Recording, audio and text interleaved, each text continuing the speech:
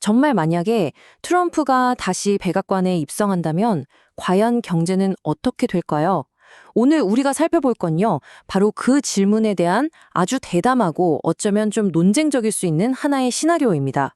비트코인을 가지고 전 세계 지정학의 판을 완전히 뒤흔들려는 그런 계획에 대한 이야기죠. 자, 오늘 이야기 순서는 이렇습니다. 먼저 지금 세계가 어떤 새로운 금융전쟁터가 되고 있는지 보고요. 여기서 중국이 어떻게 금으로 공세를 펼치는지 살펴볼 겁니다. 그럼 미국은 바로 비트코인으로 반격한다는 게 이 이론의 핵심이죠. 그리고 이걸 뒷받침하기 위한 트럼프 계좌 프로젝트는 또 뭔지, 마지막으로 이 모든 게 투자자 입장에서 어떤 의미인지까지 한번 쭉 훑어보겠습니다. 자, 그럼 본격적으로 시작해볼까요? 이 이론의 출발점은 이겁니다. 지금의 세계 경제는 그냥 물건 사고 파는 시장이 아니라 미국과 중국이 맞붙는 거대한 전략적 전쟁터라는 거죠. 그래서 이 시나리오가 던지는 질문은 아주 근본적이에요. 혹시 우리 지금 새로운 종류의 냉전을 보고 있는 건 아닐까요? 미사일 대신 돈과 금융으로 싸우는 그런 전쟁 말이죠. 자, 그럼 이 금융전쟁, 누가 먼저 시작했을까요? 이 이론에 따르면 그 시작은 바로 중국입니다. 달러의 아성에 도전하기 위해 중국이 꺼내든 카드가 뭐였냐? 바로 가장 오래되고 확실한 자산, 금이었다는 겁니다. 그러니까 이 분석을 보면 중국의 전략은 아주 명확해요. 목표는 딱 하나, 미국의 금융 통제. 예를 들면 스위프트 같은 국제 결제망에서 벗어나는 겁니다. 그래서 어떻게 하느냐? 가지고 있던 미국 국채를 막 팔아치워요. 그리고 그 돈으로 실물금을 엄청나게 사들이는 거죠. 그 결과가 뭐겠어요? 서양 금고에 있던 금이 동양으로, 즉 중국으로 빨려 들어가는 현상이 나타나고 있다는 겁니다. 근데 이게 옛날처럼 모든 돈을 금으로 바꾸는 그런 근본이제는 아니에요. 좀 다른 방식인데 이 이론에선 유사 근본이제라고 부릅니다. 쉽게 말해서 예를 들어 사우디가 중국에 석유를 팔 때 달러가 아니라 위안화로 받는 거예요. 그리고 중국은 그 위안화를 받자마자 바로 약속된 양의 금으로 바꿔주는 거죠. 핵심은 가장 중요한 원자재 거래에서 달러를 슬쩍 빼버리려는 겁니다. 자, 보세요. 이게 바로 두 시스템의 정면 충돌입니다. 한쪽은 미국이 주도하는 사실상 믿음에 기반한 달러 시스템이죠.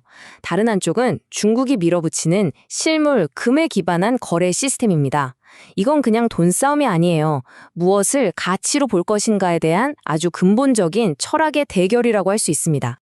자, 중국이 이렇게 금이라는 카드로 나왔어요. 그럼 미국은 어떻게 대응할까요? 여기서 이 이론이 정말 흥미로워집니다. 미국은 금으로 맞대응하는 게 아니라 아예 게임의 룰, 전쟁터 자체를 바꿔버릴 거라는 거죠. 바로 이겁니다. 전략의 핵심은 이거예요. 실물 자산인 금이 오가는 오프라인 세상에서 싸우는 게 아니라 미국이 압도적으로 유리한 온라인, 즉 디지털 세상으로 전쟁터를 옮겨버린다는 겁니다. 아니, 그럼 그 돈은 어디서 나오느냐? 여기서 금융연금술이라는 말이 등장합니다. 한번 들어보세요. 정말 마법 같아요.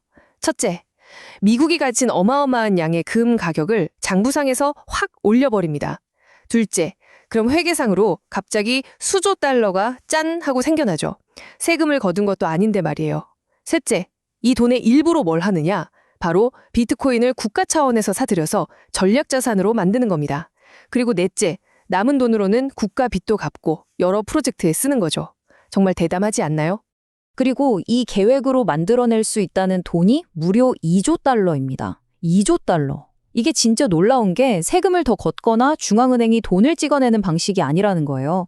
그냥 장부상에 있는 금 가격을 현실화하는 것만으로 이만한 돈을 만들어낸다는 거. 이게 이 이론의 가장 파격적인 부분입니다. 자, 그럼 이 표를 보면 구도가 한눈에 들어오죠. 중국은 실물 금을 가지고 오프라인에서 싸우려 하고 미국은 디지털 자산인 비트코인을 가지고 온라인으로 전쟁터를 옮기려 합니다. 중국의 목표가 탈달러화라면 미국의 목표는 아예 새로운 디지털 세상에서의 패권을 잡겠다는 겁니다. 완전히 다른 차원의 싸움이죠. 그런데 아무리 멋진 전략이라도 국민들이 지지해주지 않으면 소용없겠죠. 그래서 이 거대한 계획을 사람들에게 설득하기 위한 아주 영리한 장치가 등장합니다. 바로 트럼프 계좌 프로젝트입니다. 이 계획의 발표 타이밍도 아주 기가 막힙니다. 바로 7월 4일 독립기념일에 발표한다는 거예요. 이걸 금융 엘리트들로부터의 제2의 독립선언이라고 포장해서 발표하면 와, 정치적인 파급력이 엄청나겠죠. 그럼 구체적으로 뭘 하느냐? 바로 이겁니다. 트럼프 임기 중에 태어나는 모든 아기들에게 정부가 $1,000, 우리 돈으로 약 130만 원 정도 되는 돈을 주는 거예요. 그냥 주는 게 아니라 아이 이름으로 된 투자 계좌에 넣어주는 거죠. 그럼 이 돈이 어떻게 굴러가냐면요. 전문 운용사들이 이 돈을 받아서 주로 S&P 500 지수, 그러니까 미국 대표 주가 지수에 투자를 합니다. 그리고 이 계좌는 아이가 18살, 성인이 될 때까지는 뺄 수 없게 묶어두는 거예요.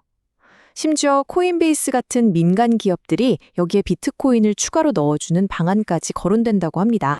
그럼 그 결과는 어떻게 될까요? 계산상으로는 처음에 넣어준 $1,000가 18년 뒤에는 무려 $12,000, 그러니까 12배 이상으로 불어날 수 있다는 겁니다. 복리의 마법이죠.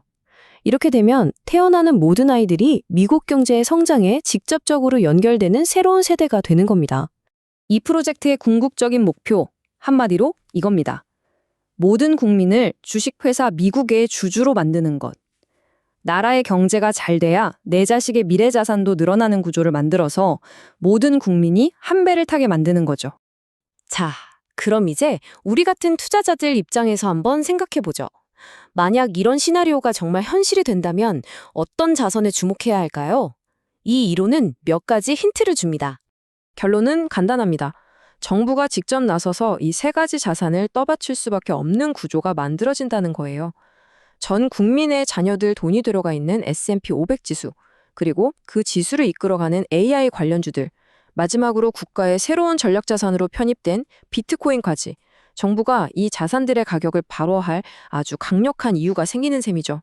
자, 오늘 살펴본 이 시나리오 어떻게 보셨나요? 정말 세계 경제의 판을 뒤집을 혁명적인 청사진일까요?